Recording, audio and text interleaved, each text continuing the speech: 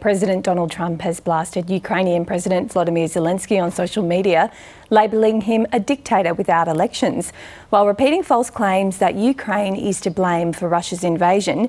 Joining us now is North America correspondent Cayman Gok in Washington. Cayman, this is just a stunning attack on Ukraine's leader. I couldn't believe what I was reading this morning. Take us through what the President has said. Yeah, Bridget, this is an extraordinary personal attack by President Trump, all the while saying he wants to bring peace to Ukraine and end the war. On his post on Truth Social, he's parroted Kremlin talking points, stating that President Volodymyr Zelenskyy is a dictator without elections, when in fact, for context, elections have been illegally postponed under martial law enshrined in Ukraine's constitution because it's being gripped by war right now.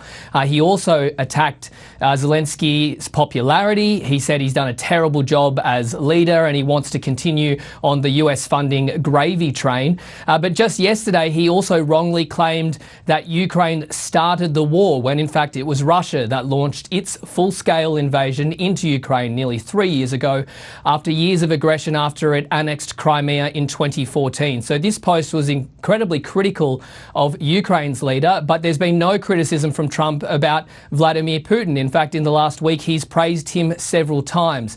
Now, Volodymyr Zelenskyy has hit back at some of these claims and said that the US president is living in a disinformation space. So unfortunately, President Trump, who we respect a lot, as a leader of the nation that we really respect, the American nation who supported us all the time, unfortunately, he lives in this disinformation space. Now, this is of serious concern for Ukraine because what appeared to be once the pariah for Russia now appears to be a partner. Russian officials and US officials met in Saudi Arabia yesterday to begin negotiating ending the conflict. But Zelenskyy says you can't have these peace talks without Ukraine involved. European leaders were also not invited to this talk, and Trump's comments suggest wavering support for Ukraine, and that's a stark contrast given US under Biden's administration was the biggest financial backer and supporter for Ukraine.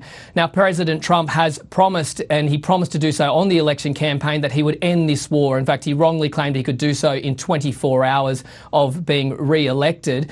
But it's becoming more apparent that what President Trump may consider a fair deal, Ukrainians may not, and it could have devastating outcomes for the nation.